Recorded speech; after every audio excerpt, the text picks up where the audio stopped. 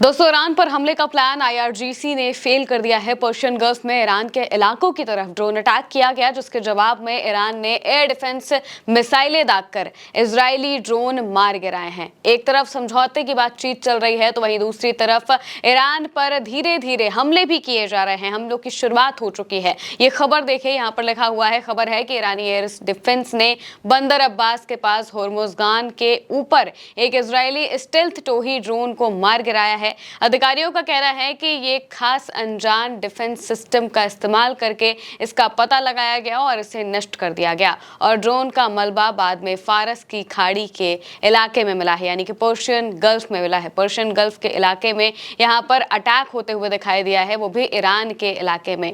Iran के होर्मुजगान के पास में ये अटैक हुआ है, जो कि बंदर अब्बास के पास है, और यहाँ पर इजरायली स्टेल्थ ड्रोन से अटैक किया जाता है, जिसे ईरान के एयर डिफेंस सिस्टम के जरिए तुरंत मार गिराया जाता है, और इससे कोई नुकसान नहीं हुआ है। वहीं दूसरी तरफ आईआरजीसी लगातार अब एक के बाद एक बयान दे रही है और कह रही है कि अमेरिका को इस तरीके से तो नहीं छोड़ा जाएगा।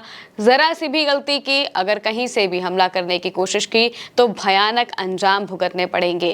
क्रेडल के हवाले से ईरान के जो सर्वोच्च नेता के सैन्य सलाहकार हैं मोहसिन रजाई, आईआरजीसी के फॉर्मर चीफ रह चुके हैं, इन्होंने एक बयान दिया है। बयान में कहा है कि अगर आप होर्मुज स्ट्रेट पर हमला करना चाहते हैं और पर्शियन गल्फ में एंटर करना चाहते हैं, तो सबसे पहले हमें कठोर, दर्दनाक और अभूतपूर्व जवाब देंगे। दूसरे, हम नौसैनिक नाकाबंदी को तोड़ देंगे। अब तक हमने संयम दिखाया है और आप पर हमला नहीं किया है, लेकिन इससे भी ज्यादा जरूरी बात यह है कि मैं आपको ये बता दूं, हम एनपीटी से हट सकते हैं। क्या आप समझते हैं कि इस धमकी का क्या मतलब है? क्या आप समझते हैं कि अगर हम एनपीटी छोड़ देते हैं तो क्या होगा? इसलिए इस रास्ते से पीछे हट जाएं, इससे पहले कि ये अपने अंत तक पहुंचे, और इससे पहले कि आप खुद को खत्म कर ले, इससे पहले आप पीछे हट जाइए। यहाँ पर जो मोहसिन रजाई हैं, उन्होंने साफ तौर से कहा है कि अब एनपीटी से निकलने की धमकी दे दी है। एनपीटी मतलब जो परमाणु संधि है, एनपीटी, उससे निकलने की धमकी दे दी है। उसको लेकर कह दिया है कि अगर हम एनपीटी से निकल गए तो आप जानते हैं कि क्या होगा।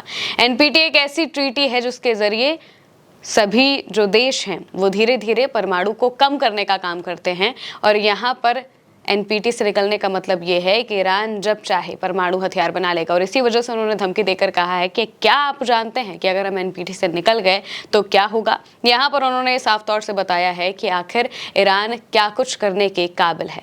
और वहीं दूसरी तरफ क्रेडल के हवाले से राष्ट्रपति डोनाल्ड ट्रंप का एक पोस्ट जो है वो बताया गया है कि आखिर इसमें क्या है। इसको देखिए, इससे आपको पता चलेगा कि कैसे धीरे धीरे एक तरफ बातचीत की बात कही जा रही है, इससे लोगों को गुमराह करने की कोशिश की जा रही है, और वहीं दूसरी तरफ बड़े बड़े हमले की तैयारियां भी हो रही हैं, और यहां तक ड्रोन अटैक्स भी किए जा रहे हैं।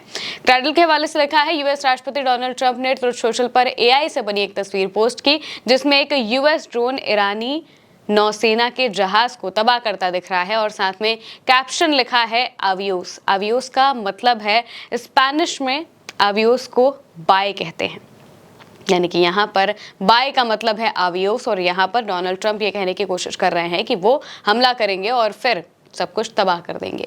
ये पोस्ट ट्रंप के उस दावे के ठीक एक दिन बाद आई है जिसमें उन्होंने कहा था कि शांति के लिए एक समझौता ज्ञापन पर सहमति बन गई है, और साफ तौर पर कहा था कि स्ट्रेट ऑफ होर्मुज को पूरी तरह से फिर से खोल दिया जाएगा। लेकिन तभी दूसरी तरफ ये पोस्ट ये बता रहा है कि कैसे डोनाल्ड ट्रंप का ये जो दोहरा चरित्र है ये दिखाई दे रहा है।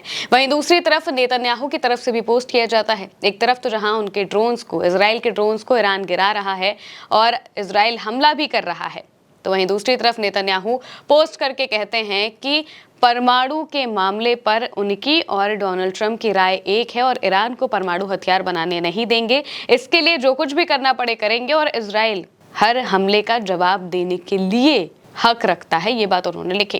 नेतन्याहू लिखते हैं, जो अक्षरशः उन्होंने क्या लिखा है हम वो बता देते हैं आपको। उन्होंने पोस्ट करते हुए लिखा, कल रात मैंने राष्ट्रपति डोनाल्ड ट्रंप से होर्मुज स्ट्रेट को फिर से खोलने के लिए एक समझौता ज्ञापन और ईरान के परमाणु कार्यक्रम पर अंतिम समझौते की दिशा में होने वाली आगामी बातचीत के बारे में बात की है। मैंने राष्ट्रपति ट्रंप के प्रति इजराइल की सुरक्षा के प्रति उनके अटूट समर्पण के लिए अपनी गहरी सराहना व्यक्त की, जिसमें ऑपरेशन रोरिंग लॉयन और एपिक फ्यूरी के दौरान का समय भी शामिल है। जब अमेरिकी और इजरायली सेनाओं ने ईरानी खतरे के खिलाफ कंधे से कंधा मिलाकर लड़ाई लड़ी थी। राष्ट्रपति ट्रंप और मैं इस बात पर सहमत हुए हैं कि ईरान के साथ किसी भी आखिरी समझौते से परमाणु खतरे को खत्म किया जाना चाहिए। इसका मतलब है ईरान के न्यूक्लियर एनरिचमेंट प्लेसेस को नष्ट करना है और उसके एनरिच्ड यूरेनियम को उसके इलाके से हटाना है। राष्ट्रपति ट्रंप ने लेबनान सहित हर मोर्चे पर खतरों के खिलाफ खुद का बचाव के लिए इजराइल के अधिकार की भी फिर से पुष्टि की है। हमारे और हमारे दोनों देशों के बीच की साझेदारी युद्ध के मैदान में साबित हुई है और ये पहले भी काफी इतनी मजबूत रही है। राष्ट्रपति ट्रंप की तरह मेरी नीति भी अपरिवर्तित है। ईरान के पास परमाणु हथियार नहीं होंगे। इतने बड़े पोस्ट में जो सबसे जरूरी बात है वो यही है कि वो इस बात को कह रहे हैं कि ईरान के परमाणु जो न्यूक्लियर प्लेसेस हैं उन सब जगहों को खत्म करना है और ईरान के यूरेनियम को निकालना है उस जगह से। ये उनकी प्रायोरिटी है, जिसका मतलब यही है कि यहाँ पर नेतन्याहू साफ तौर से ये कह रहे हैं कि ईरान पर किसी भी तरीके से या तो हमले से या तो बातचीत से यूरेनियम को निकालना है और न्यूक्लियर पीसेस को पूरी तरह से नष्ट कर देना है ताकि ईरान परमाणु हथियार ना बना पाए।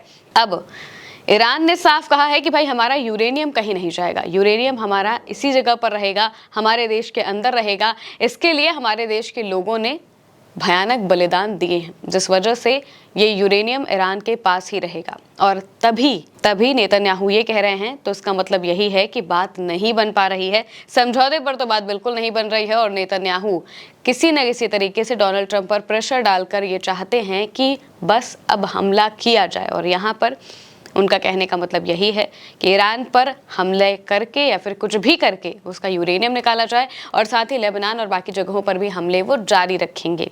क्यों? क्योंकि ट्रंप ने उन्हें कहा है कि आप अपनी रक्षा अपने हिसाब से कर लीजिए, जिसका मतलब ये है कि वो लेबनान पर हमले जारी रखेंगे। हमले जारी रहे तो कोई बातचीत नहीं हो पाएगी, क्योंकि ईरान ने शर्त रखी हुई है कि सब जगह पर हमले खत्म होंगे तो ही बात बनेगी, वरना नहीं बनेगी। यानी कि यहाँ पर अब इजराइल की वापस से इस जंग में आधिकारिक तौर पर एंट्री होती हुई दिखाई दे रही है। अभी तक हम हमेशा ट्रंप और खामनेई की बात करते थे या ईरान और अमेरिका की बात कर रहे थे। क्यों? क्योंकि इजराइल साइडलाइन हो चुका था। इजराइल इस ट्रीटी में, इस बातचीत में, इस समझौते में कहीं से नहीं था। लेकिन अब नेतन्याहू ने जब ये ऑफिशियली पोस्ट किया है तो इससे समझ में आ गया है कि अब वापस से इजराइल की एंट्री हो रही है और अगर इजराइल की एंट्री हो रही है तो हमले की एंट्री भी होने लगी है। फिलहाल के लिए मेरे यानी महिमा के साथ इस खबर में इतना ही। आप देखते रहिए उल्टा चश्मा यूसी।